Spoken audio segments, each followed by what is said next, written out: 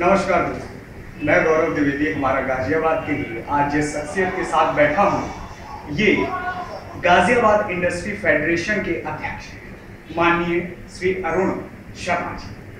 बहुत बहुत स्वागत है आपका हमारा गाजियाबाद में। जिन विकास के मानकों की बात देश चिल्ला चिल्ला के करता है, सरकारें चिल्ला चिल्ला के करती है, ये छोटे उद्योगियों की परेशानियां कितनी वाजिब नहीं दिखाई देती हैं भी या नहीं, यही जानने के लिए आज हमारे इस खास कार्यक्रम में शर्मा जी से कुछ बात होंगी और बातों में सवाल जवाब होंगे।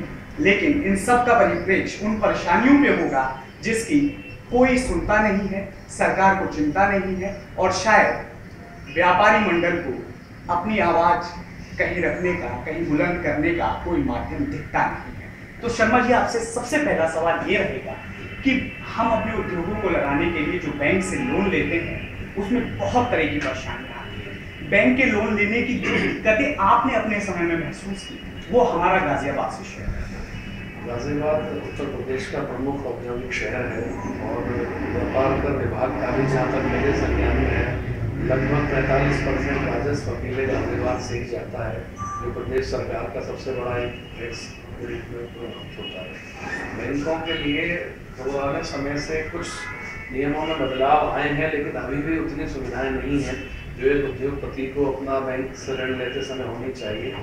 बैंक को हम अपनी कई 100 गुना जमीन फैक्ट्री मॉर्गेज करते हैं, उसके बाद भी बैंक अधिकारियों का जो व्यवहार, सरकारी नीतियां, रेट ऑफ इंटरेस्ट, हम लोगों को इतने तरह तरह के नियम, तमाम कागजात, इतनी लंबी प्रक्रिया है कि नए उद्योग लगाने वाला व्यक्ति तो बैंक जाने से ही घबराने लगता है।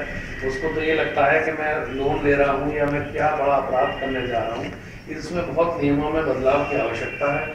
सन 47 के बाद जो नियम बने उसमें काफ़ी हद तक अभी कुछ बैंक्स की नियमावली वहीं स्टैंड कर रही है। बड़े इंटरेस्ट वगैरह में कोई चेंज नहीं है। नए उद्योगों के लिए कागजों में कुछ चेंजेस होने चाहिए जो हमारी रजिस्ट्री वगैरह हर आदमी देता है, लेकिन बैंक अधिकारियों द्वारा बहुत खास तौर से जो नेशनलाइज्ड बैंक हैं वहाँ तो जाने से आदमी घबराने लगा है। उनके वरिष्ठ अधिकारी समय समय पर बैठकें करते हैं, लेकिन फिर भी बहुत सुधार की अभी आवश्यकता है। जो मैं देख रहा हूँ बैंकों का कॉपरेशन बहुत कम है। संसाधनों की जिन मोटी कमर पर ये सोंटे पड़ रहे हैं, आप अरुण जी ये बताइए कितने वाजिब, जिन संसाधनों का हवाला देकर सरकार ये कहती है कि हमारे पास छोटे उद्यमियों के लिए विकास की ये नीतियां हैं, भरमार लगी पड़ी है, लेकिन क्या जमीनी हकीकत पे ये सारी चालू हैं? जी बिल्कुल चालू नहीं है। ये सब हम लोगों को अखबारों में और टीवी पे नेताओं के बयानों में सुनना और कहना बहुत अच्छा लगता है, किंतु कोई नए उद्योग के लिए, पुराने उद्योगों के लिए हर प्रकार का लाइसेंस रिन्यूअल, उनकी इंस्पेक्शंस, इतनी लंबी कठिन प्रक्रिया है। जब से कुछ औद्योगिक संगठन सक्रिय हुए हैं, हमारी गाजियाबाद इंडस्ट्रीज फेडरेशन जो जनपद के सभी 18 औद्योगिक संगठनों का एक फेडरेशन महासंघ है, उनके आने के बाद कुछ हमारे उद्यमी राहत महसूस कर रहे हैं, किंतु इंडिविजुअली एक यूनिट्स में तो हमारे भी सभी पदाधिकारी जाकर नहीं करा सकते। 10,000 इकाइयाँ जनपद गाजियाबाद में हैं, लेकिन अधिकारियों की मानसिकता आज भी याचक और दाता के रूप में ही है उद्योगों के प्रति। वो हमको याचक समझते हैं और स्वयं को दाता समझते हैं, जो कि गलत है। किसी भी प्रदेश का विकास तभी संभव है जब आप उद्योगों का विकास करेंगे, आपको राजस्व मिलेगा और रोजगार भी मिलेगा। अभी अधिकारियों को भी अपनी मानसिकता बदलनी होगी। वो सरकार के अनुरूप जो अधिकारी पोस्ट हो जाते हैं उनकी मानसिकता बहुत उद्योग विरोधी है, मैं महसूस करता हूँ। समय समय पर हम अपनी लड़ाई लड़ते रहते हैं, जिन पर्टिकुलर इश्यूज में हम लोग चले जाते हैं उनका हल हो जाता है, लेकिन आम आदमी के लिए कोई रिलीफ नहीं। हमारा गाजियाबाद से आपको बहुत बधाई कि आप जो है लोगों की इन परेशानियों को इतना वाजिब समझते हैं और उभर के सामने आके इसका सीधा सरकार और प्रशासन से मुकाबला करते हैं।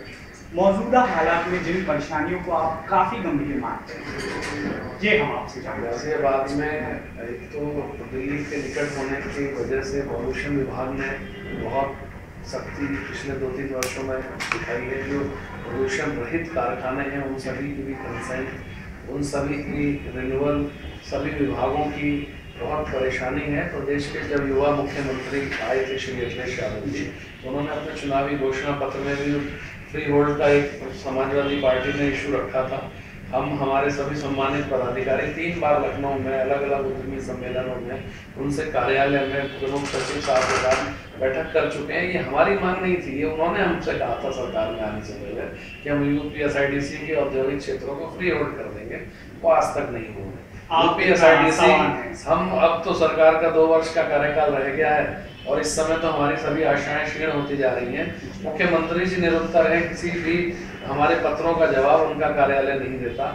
और यूपीएसआईडीसी जो उद्योगों के विकास के लिए एक अथॉरिटी बनाई गई थी, आज उनके पास कुछ भी नहीं है, कोई इंडस्ट्रियल एरिया डेवलप करने को नहीं है। नियम इतने सख्त हैं कि हम अपना कारोबार नहीं बदल सकते, किराए पे देना हो तो उनसे हमें अनुमति लेनी पड़ती है, पिता की मृत्यु हो जाए बेटा डायरेक्टर बने तो अनुमति लेनी पड़ती है। और यूपीएसआईडीसी विभाग से कोई भी कार्य कराना बिल्कुल समुद्र में सुई ढूंढने के समान है, किसी भी प्रकार का रिलीफ नहीं है। उनका गठन उद्योगों के विकास के लिए किया गया था, लेकिन वो विभाग ही एक हमारे लिए कठिनाई का सबब बन गया है। अच्छा, अपने अपने मुख्यमंत्रियों को तुलनात्मक दृष्टि से हर कोई देखता है। मैं एनसीआर से ही जुड़ा दिल्ली की सरकार की ये बात करता हूँ कि सरकार ने एसएमई पंजीकरण के लिए राहत, वहां के उद्योगपतियों को ट्रेड लाइसेंस लेने की अनिवार्यता जो है वो समाप्त कर दी गई है अधिनियम 2006 के बनस्पत। तो ऐसे में आप क्या देखते हैं कि गाजियाबाद को इन राहतों की कितनी आवश्यकता है और कितना समय लगेगा इन सब जरूरतों को जल्दी बनाने में? बहुत आशा थी कि सिंगल विंडो प्रणाली सिस्टम कई बार मुख्यमंत्री जी ने घोषणा करी कि नए उद्योगों के लिए जो भी एक ही सिंगल विंडो के तहत आपको सभी विभागों की एनओसी प्राप्त हो जाएगी, किंतु वो सब कागजी घोषणाएं साबित होगी। हम लोग जिला उद्योग केंद्र में जब अपना आवेदन करते हैं तो सभी विभागों की एनओसी के लिए उस नए उद्यमी या व्यापारी साथी को भागना पड़ता है और थक जाता है, एनओसी नहीं आती। दिल्ली सरकार के इस कदम को मैंने भी समाचार पत्रों में पढ़ा, आज आपके द्वारा भी मुझे उनके संज्ञान में लाया गया है। ये बहुत सराहनीय कदम है। अगर हमारे यहाँ भी प्रदेश में इसको लागू किया जाता है तो आजकल की युवा जो बेरोजगारी की ओर बढ़ रहे हैं, बड़े बड़े डिग्रीज लेके भी उनको नहीं कहीं उनको अपनी जॉब मिल पा रही, वो अपना उद्योग लगाने के बारे में, छोटे ट्रेडिंग के बारे में सोचेंगे। तो प्रदेश सरकार को गंभीरता से सोचना होगा और सरकारी अधिकारी, खास तौर से जो गाजियाबाद में के विषय में एक फेमस है कि यहाँ सरकार के निकट अधिकारी ही तैनात होते हैं विभिन्न विभागों में, ये एकदम कटु सत्य है। विभिन्न विभागों के अधिकारियों द्वारा उद्योगपतियों को अपने विभाग में बुला कर इतना उत्पीड़न किया जाता है जो कि बिल्कुल उद्योगों की विरोधी मानसिकता का प्रदर्शन है। और मुख्यमंत्री जी के लेवल पर जिला उद्योग बंधु में, मंडलीय उद्योग बंधु में, राज्य उद्योग बंधु में हम लोग समय समय पर इन आवाजों को उठाते रहे, किंतु प्रदेश सरकार से कोई भी राहत हमको नहीं मिल पाई है। ये बहुत दुर्भाग्य की बात है। हमारा गाजियाबाद के संज्ञान में ये भी बातें आई हैं अरुण जी कि बहुत से ऐसे क्षेत्र हैं जिनको ऑफिशियल जोन के अंदर रखा है, जबकि वो इंडस्ट्रियल जोन होने की सारी क्राइटेरिया पूरी करते हैं। तो इस पे आपकी क्या है? हमारे 4-5 ऐसे औद्योगिक क्षेत्र हैं जो कि सभी प्रकार के कर प्रदेश सरकार और भारत सरकार को दे रहे हैं। हम लोग फेडरेशन के माध्यम से मंडलीय उद्योग बंधु में और राज्य उद्योग बंधु में इस इश्यू को उठा चुके हैं, किंतु आज तक दुर्भाग्य का विषय है कि जिला स्तर पर जो सभी विभागों की 2-3 बैठक हुई जिसमें जीडीए, नगर निगम, यूपीएसआईडीसी और जिला उद्योग केंद्र, किंतु कोई हल नहीं निकल पाया। उन पर्टिकुलर औद्योगिक क्षेत्रों में सड़क, नाली, खरंजा, बिजली, प्रकाश व्यवस्था कोई भी नहीं है और वो उद्यमी किस प्रकार से अपना उद्योग चला रहे हैं, बहुत ही कष्ट का विषय है। और प्रदेश सरकार इतना कर लेने के बाद भी उनके विषय में कुछ नहीं सोच रही है और हम लोग अलग अलग फॉर्म में इस आवाज को उठाते रहे हैं, किंतु फिर कुल मिला के निष्कर्ष हुई है कि जिला उद्योग बंधु के पास हुए निर्णयों को लागू नहीं किया जाता, राज्य उद्योग बंधु के पारित हुए निर्णयों को यहाँ लागू नहीं किया जाता। ये गाजियाबाद के उद्योग के लिए बहुत दुर्भाग्य की बात है। ऐसे में अरुण जी, जो एक्सकॉर्ट सर्विस की सुविधा है, मानकों में लिखा गया है कि चयनित अधिकारी अपने क्षेत्र से दूसरे क्षेत्र में जाके वहाँ के उद्योगपतियों की समस्याएं सुनता है, तो आप लोग के लिए कितना मुश्किल पड़ता है कि 5 महीने या 6 महीने की लड़ाई अब आपको 15 दिन में फिर एक नए अधिकारी को पूरा समझाना? जो विभिन्न जनपदों से कभी कोई अधिकारी आता नहीं है राज्य स्तर से निर्देशित होके, तो हम लोगों को कई बार तो प्रातः 9 बजे ही बताया जाता है कि आपके क्षेत्र में 10 बजे फला अधिकारी निरीक्षण हेतु आ रहे हैं। तो कम्युनिकेशन नहीं है, किसी भी चिट्ठी का कोई जवाब नहीं देता, किसी भी मैं प्रत्येक विभाग की बात कर रहा हूँ। और जो अधिकारी बाहर से आते हैं, अगर पूर्व सूचना हो तो हम उनसे बैठक में अपने क्षेत्र की समस्याओं को रखें। कई बार तो ये पता लगता है कि हमारे क्षेत्र के वरिष्ठ पदाधिकारी शहर में नहीं है, 9 9 बजे सूचना आई कि 10 बजे वो आ रहे हैं, तो उनसे कम्युनिकेशन हो नहीं पाता। प्लस जब किसी बड़ी इश्यूज़ की लड़ाई को हम लोग किसी अधिकारी से लड़ते हैं, पता लगता है 3 महीने बाद उसका स्थानांतरण हो गया। ये प्रदेश सरकार को सोचना होगा कि अगर आप उद्योग विभाग से जुड़े हुए जिन अधिकारियों को तैनात कर रहे हैं, तो उनका ट्रांसफ़र कम से कम 2-4-6 महीना ना हो। जो अच्छा कार्य कर रहे हैं उनको हटाया जाता है। हाल में ही नगर आयुक्त गाजियाबाद इसका एक उदाहरण है। ये बहुत अच्छा वो कार्य कर रहे थे, किंतु 3 महीने का ही उनका संक्षिप्त कार्यकाल रहा। एक ईमानदार छवि के अधिकारी थे। वही बैठकों में उन्होंने हमारे पास सीमित संसाधनों के बावजूद हमारे क्षेत्रों में कुछ विकास कार्य कराए, किंतु 3 महीने में उनका स्थानांतरण हो गया। तो जब तक किसी अधिकारी से आपकी बैठक होती है, आपस में आप उसको समझाने की स्थिति में होते हैं, उसका स्थानांतरण हो जाता है। हमको तो लगता है प्रदेश सरकार जब से बनी है स्थानांतरण ही कर रही है, विकास के विषय में इनकी कोई सोच नहीं है, जो कि गलत है। और मुख्यमंत्री जी बाहर के वो राज्यों से उद्यमियों को यहाँ ला रहे हैं, बड़े बड़े निवेश और दिल्ली में और लखनऊ में सम्मेलन कर रहे हैं, किंतु जो उद्योगपति व्यापारी आपकी 40-50 साल से 2-2, 3-3 पीढ़ियों से प्रदेश की सेवा कर रहे हैं, आप उन्हीं को रोके रहिए, तब भी प्रदेश को इतना कर मिल जाएगा। यहाँ के उद्योग पलायन ना करें। हमारे कविनगर औद्योगिक क्षेत्र में 5-6 इकाइयाँ जो मेडिसिन से रिलेटेड जी, सभी उत्तरांचल चली गई। जो बाहर दिल्ली के हमारे साथी आते हैं, उन्होंने अपना निवास गाजियाबाद छोड़ के दिल्ली नोएडा में बना लिया।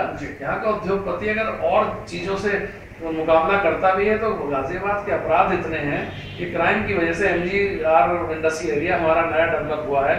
इस 1 महीने में 3 डकैतियां वहाँ पड़ चुकी हैं, जहाँ पीतल, कॉपर, चांदी, सोना किसी भी इकाई में लगता है, कॉपर का काम, सिल्वर का काम, तमाम लोगों के साथ इतनी बड़ी वारदात हो जाती है कि वो दोबारा उस उद्योग को बचाए रखने की स्थिति में नहीं होता।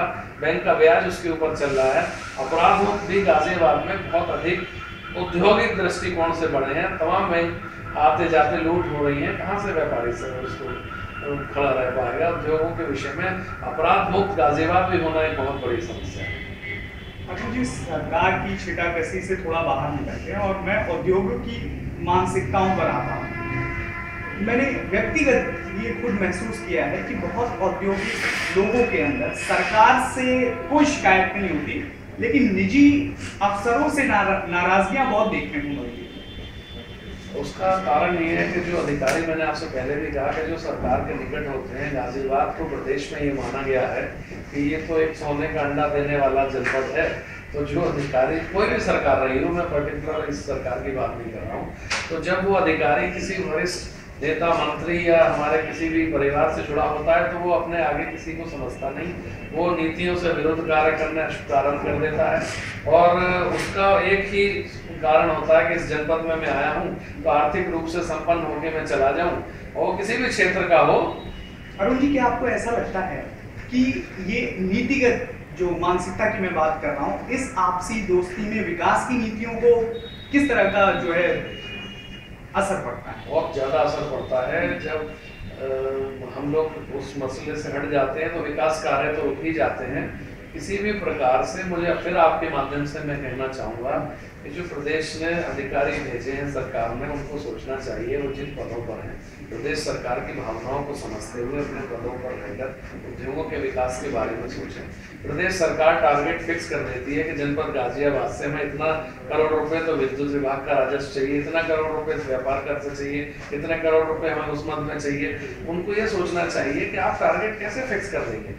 प्रदेश सरकार अपनी नीतियां नहीं बदल रही। प्रदेश 4-6 साल से इंडस्ट्री मंदे के दौर से गुजर रही है। फिर इन अधिकारियों का सारी मानसिकता अपनी कुर्सी बचाए रखने के लिए टारगेट पर हो जाती है और उद्योगपतियों का उत्पीड़न में शुरू कर देते हैं। अरुण जी, आपसे ये भी जानना चाहूंगा कि नीतिगत तौर तरीकों को जिनको बदलने की बहुत ज्यादा आवश्यकता है आज की डेट में, कितने समय से लंबित पड़ी है, जो आपकी मांगों में बदलने की पहली बड़ी प्राथमिकता? हमने जब प्रदेश सरकार बनी थी तो कुछ UPSIDC से रिलेटेड इश्यूज वहाँ उठाए थे कि भाई आप सब लेटिंग अलाउ कर दें, कुछ मिनिमम रेंट पे कर दें। एक तो मांग मानी भी गई है, और फ्री होल्ड जैसे मान लिया जाता है तो बंद पड़ी हुई इकाइयों पर कोई उसमें और भी कार्य शुरू हो पाएंगे जो औद्योगिक की जगह कॉमर्शियल गतिविधियों में आते हैं। प्रदेश सरकार को राजस्व मिलेगा, उससे सरकार का भी लाभ है।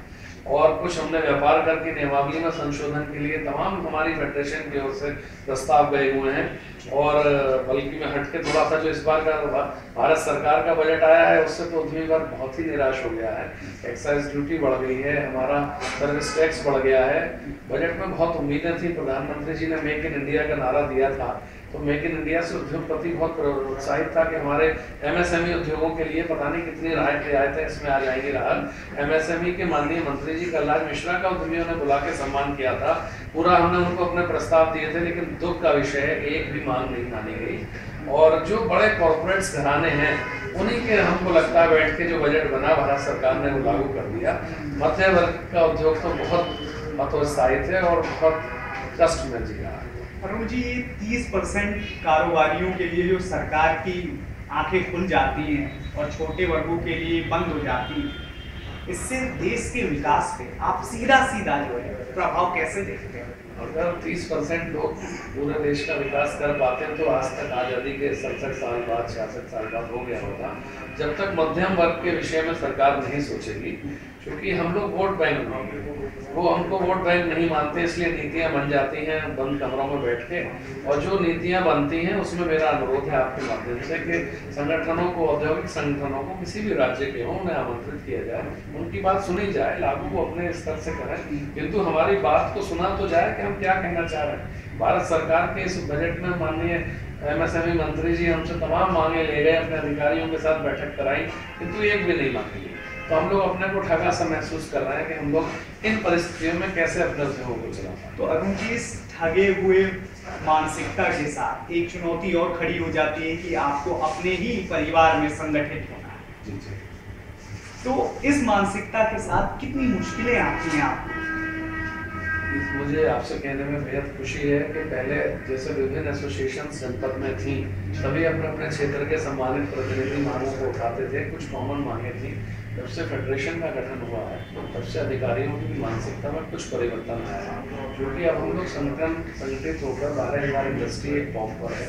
सभी उद्योगपतियों में बहुत एका है, बहुत ज़्यादा आपस में भावनाओं के तहत हम लोग कार्य कर रहे हैं। और हम आपको विश्वास दिलाते हैं कि अधिकारियों की मानसिकता को बदलना होगा, वरना वो इस जनपद में नहीं रह पाएंगे, ये मैं आपसे वादा करता हूँ। अरुण जी, उद्योगपतियों की मानसिकताओं को कैसे? कुछ हमारे साथी भी जो कभी कभी क्या उसमें कोई बदलाव की जरूरत है? किसी साहस की जरूरत? उद्योगपतियों को साहस लेना होगा। जब भी किसी उद्योगपति का उत्पीड़न होता है, तमाम हमारे साथी हैं जो डर के अपने घर से बाहर नहीं निकलते, धीरे से उसको मैनेज करने का प्रयास करते हैं। या किसी गलत कार्य में भी हमारा कोई साथी किसी कर चोरी पकड़ा जाता है तो हम कभी गलत व्यक्ति के साथ किसी अधिकारी का दबाव नहीं डालते। हम अपने उद्यमी साथियों से भी मांग करते हैं कि अच्छा कार्य करें, सम्मान के साथ कार्य करें। और फेडरेशन आपके साथ हर जगह खड़ी है। और हम लोग अधिकारियों से भी, सभी अधिकारी खराब भी नहीं है, कुछ हमारे बहुत अच्छी मानसिकता के भी अधिकारी हैं जो हमारी बातों को सुनते हैं और तुरंत उसका निराकरण करते हैं। ऐसे अच्छे अधिकारियों का फेडरेशन द्वारा समय समय पर सम्मान भी किया जाता है और हम उनका आगे भी सम्मान करते रहेंगे। मेरा यही निवेदन है आपके माध्यम से कि अधिकारी और उद्योगपति एक हैं, हम लोग अगर मिलकर कार्य करेंगे तो इस प्रदेश का विकास है। अरुण जी, गाजियाबाद इंडस्ट्रीज फेडरेशन को नए क्या एजेंडाज हैं जो आप अपनी तरफ से देना चाहते हैं? इस समय हमारे एजेंडा में प्रमुख रूप से तो यूपीएसआईडीसी का फ्री होल्ड कराया जाना है। अप्रैल में हम फिर माननीय मुख्यमंत्री जी से मिलने का प्रयास कर रहे हैं कि उनसे बैठक हो। व्यापार कर विभाग में काफ़ी कुछ सरलीकरण हुआ है और भी जो 2-4 चीज़ें रह गई हैं वो हम प्रयासरत हैं। सबसे ज़्यादा ज़रूरत हमें सड़क, नाली, खरंजा 24 घंटे बिजली आपूर्ति की है, क्योंकि किसी भी प्रदेश में अगर बिजली सुचारू रूप से नहीं मिलेगी तो उस प्रदेश का विकास ये बहुत ही बुनियादी आवश्यकता, ये बुनियादी आवश्यकता है। प्रदेश सरकार को पानी, ड्रेनेज, जनपद गाजियाबाद को प्रदेश के अन्य जनपदों से अलग रखना होगा, क्योंकि हम सबसे ज्यादा रेवेन्यू दे रहे हैं। सबसे ज्यादा आप हमको और पूर्वी उत्तर प्रदेश को एक समान नहीं कर सकते। जिला में जब बजट आवंटन होगा तो हमें ये सुविधाएं चाहिए, तभी प्रदेश का विकास होगा। और मुझे उम्मीद है कि हम लोग इस आने वाले 1 वर्ष में काफी कुछ मांगे मनवाने में कामयाब। अच्छा, मैं बड़े प्रोजेक्ट्स पे नहीं, बुनियादी जरूरतों की बात करूं तो ये बिजली, पानी, ड्रेनेज की समस्या ये कब तक हल होते दिखते हैं? अभी तो 3 वर्ष में हमें कुछ भी प्रयास करने के बाद बिजली व्यवस्था में जरूर हमें सुधार मिला है। हमारे विद्युत विभाग का काफी हमारे साथ सहयोग है। अगर कभी विद्युत कटौती होती है तो पूर्व में सूचना दे देते हैं। खासतौर से जनपद के उद्योगों को, कुछ क्षेत्रों को, सभी क्षेत्रों को तो 24 घंटे नहीं मिल पा रही है, लेकिन जो नगर क्षेत्र से लगते हुए औद्योगिक क्षेत्र हैं उनमें 20-22 घंटे हमें बिजली मिल रही है। उसके लिए मैं धन्यवाद भी देता हूँ विद्युत विभाग को कि वो उनका काफ़ी पॉजिटिव रुख है हमारे प्रति। व्यापार कर और नगर निगम और यूपीएसआईडीसी विभाग में बहुत अधिक बदलाव किए गए हैं। देश की प्रतिष्ठा में 6 करोड़ लोगों को रोजगार, छोटे उद्योग 2.6 करोड़ MSCME पूरे देश भर में। जो संवेदनशील आवश्यकता है, अगर उन पे चूक होगी तो ये दायरा घटेगा। बहुत संवेदनशील अरुण कुमार शर्मा जी कैसे देखते हैं बुलंदशहर रोड इंडस्ट्री?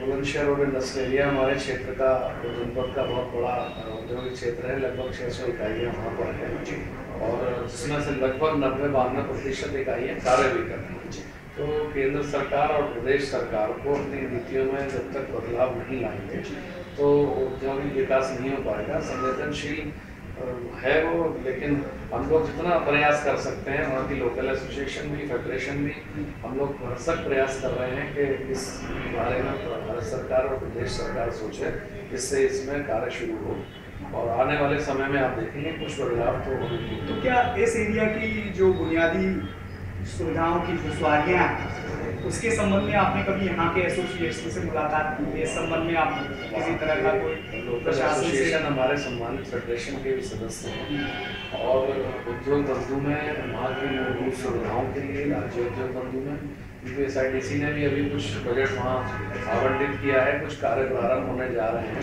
लेकिन इतने छोटे बजट से इतने बड़े क्षेत्र का विकास नहीं हो सकता। और मेरा बार बार ये कहना है कि राज्य उद्योग बंधु द्वारा निर्देशित जिला उद्योग बंधु की बैठकें जब तक हमारे निर्णय को पालन कराने में सक्षम नहीं होंगी, क्षेत्रों का विकास नहीं होगा। एक फॉर्म हमें जिला उद्योग बंधु दिया गया है, उसके में जो आदेश पारित होते हैं, प्रस्ताव पारित होते हैं, वहाँ के लोकल अधिकारी उसको पारित नहीं करते। मेन वहीं से हमारी मेन सबसे बड़ी शिकायत है, जिला उद्योग बंधु प्रभावी होनी चाहिए। अरुण जी, अध्यक्ष रहने के बाद आपने इंडस्ट्रियल एरिया की मैन्युफैक्चरिंग की जो पॉलिसीज है, इनमें कहाँ लूपहोल्स देखा? इंडस्ट्रियल एरियाज की जो मैन्युफैक्चरिंग पॉलिसीज हैं प्रदेश सरकार द्वारा जो पुरानी चली आ रही थी, उसमें बहुत बदलाव भी हुए हैं और इंडस्ट्री पिछले 3 वर्षों से इधर 1 वर्ष में थोड़ी सी मैं देख रहा हूँ अच्छी कुछ स्थिति में है और बदलाव की बार बार जरूरत है। जो लिखित रूप में हम प्रत्येक विभाग को प्रमुख 10 समस्याएं अवगत करा चुके हैं बार बार बैठकों में, जिसमें से 2, 3, 4 भी अगर मान ली जाती है प्रत्येक विभाग की बात तो उसमें बहुत बदलाव है। अच्छा, तो इस तरह के एरिया मैन्युफैक्चरिंग एसोसिएशन जितने हैं, इनसे आपका समन्वय किस तरह का है? प्रत्येक औद्योगिक क्षेत्र की जो एसोसिएशंस हैं वो लोकल स्तर पर अपने माध्यम से अपनी मांगों को उठाती है, प्लस हमारी फेडरेशन उसकी चूंकि एक महासंघ है, मंथली बैठक में जो भी क्षेत्र के अलग अलग क्षेत्रों से हमारे पास समस्याएं आती हैं, फेडरेशन के माध्यम से उन्हें विभिन्न फॉर्म पर हम उठाते हैं। 2 महीने में एक बार हम राज्य स्तर पर प्रमुख सचिव लोगों से मुलाकात करते हैं, प्रमुख सचिव व्यापार कर, विद्युत विभाग, प्रमुख सचिव ऊर्जा, इन लोगों से हमारी प्रमुख सचिव स्तर पर तो बहुत सुनवाई है, किंतु लोकल स्तर पर जो अधिकारी हैं हमारे, उनमें थोड़ा सा उनको और ध्यान देना होगा, तभी उसका क्रियान्वयन होगा। अरुण जी, चूंकि बात जो है बुलंदशहर इंडस्ट्रियल रोड की हो गई है, मैं आपके संज्ञान में ये चीज़ बात रखना चाहूँगा, रोड का बनना हो, उसकी ढलान का इशू हो या गार्बेज उठाने की समस्या हो, इन तरह की छोटी छोटी समस्या हो, फेडरेशन तक पहुँचने में बीच में बहुत प्रॉब्लम लगते हैं और इसके लिए जिस हिम्मत के साथ आगे बढ़ना होगा, मुझे लगता है कि उसमें भी अभी कई तरह के बदलाव की आवश्यकता है। ये छोटी छोटी भी जो बुनियादी समस्याएं हैं, क्या इस तरह की दिक्कतें आपके संज्ञान में आ जाती हैं? बिल्कुल, हमें वहाँ की लोकल एसोसिएशन द्वारा समय समय पर अवगत कराया जाता है। जैसे मैंने आपसे कहा कि नगर आयुक्त जी आए, उनसे बैठक हुई, उन्होंने कुछ आदेश दिए, 1 महीने बाद उनका पालन सुनिश्चित हुआ। नगर निगम की जो 3 महीने में उनका स्थानांतरण हो गया, वो वहीं पर विकास जो भी होना था हो गया। अब नए अधिकारी आए हैं, उनसे 10-15 दिन में जब भी बैठक होगी हम अपनी बात को रखेंगे, उन्हें आते ही पूरा जनपद देखना है। जब तक कोई अधिकारी भी समझ पाता है किसी चीज़ को, उसका स्थानांतरण हो जाता है। ये बहुत बड़ा कष्ट है इस जनपद का कि अच्छे अधिकारियों को जो प्रदेश सरकार छवि के रूप में भेजती है, उनको यहाँ अगर 1-2 वर्ष का पोस्टिंग नहीं मिलेगा, तब तक यहाँ विकास कार्य नहीं हो पाएंगे। स्थानांतरण भी औद्योगिक क्षेत्रों के विकास में एक बहुत बड़ी बात है। तो मैं चाहूँगा आपके माध्यम से प्रदेश सरकार तक ये आवाज़ पहुँचे कि गाजियाबाद में अच्छी छवि के अधिकारी पोस्ट किए जाए, जो कि हैं भी कुछ विभागों में। जिलाधिकारी हमारे बहुत अच्छे हैं, वरिष्ठ पुलिस अधीक्षक बहुत संवेदनशील हैं, बहुत अच्छी तरह हमारी बातों को मंथली बैठक में रखते हैं, किंतु और जो नीचे के अधिकारी हैं उनमें थोड़ी सी अभी संवेदना बढ़ानी पड़ेगी। अच्छा, अधिकारियों का अच्छा होना जमीनी हकीकत पे कब दिखने लगेगा कि वाकई विकास हो रहा है और ये आम लोगों को दिखाई देगा? जब अधिकारी अपने कार्यालयों से निकलकर क्षेत्रों में जाएंगे, वहाँ की समस्याओं को स्वयं देखेंगे, क्षेत्रों का दौरा करेंगे, तभी उनको दिखेगा। अदरवाइज कमरों में बैठ के इसी कमरों में जब हम लोग अपने क्षेत्रों में दिन रात घूमते हैं, लोगों से मिलते हैं, उनकी समस्याओं को ऊपर अधिकारियों तक रखते हैं, तो अधिकारियों को भी निकलना पड़ेगा अपने कमरे से। निकलेंगे तभी जमीन पर जाकर समस्याओं से बाहर निकलते हैं। आपने इतना समय दिया इसके लिए बेहद शुक्रिया। हमारा गाजियाबाद पे आपकी दोबारा शिरकत हो इसी आशा के साथ बेहद धन्यवाद। बुलाया, धन्यवाद।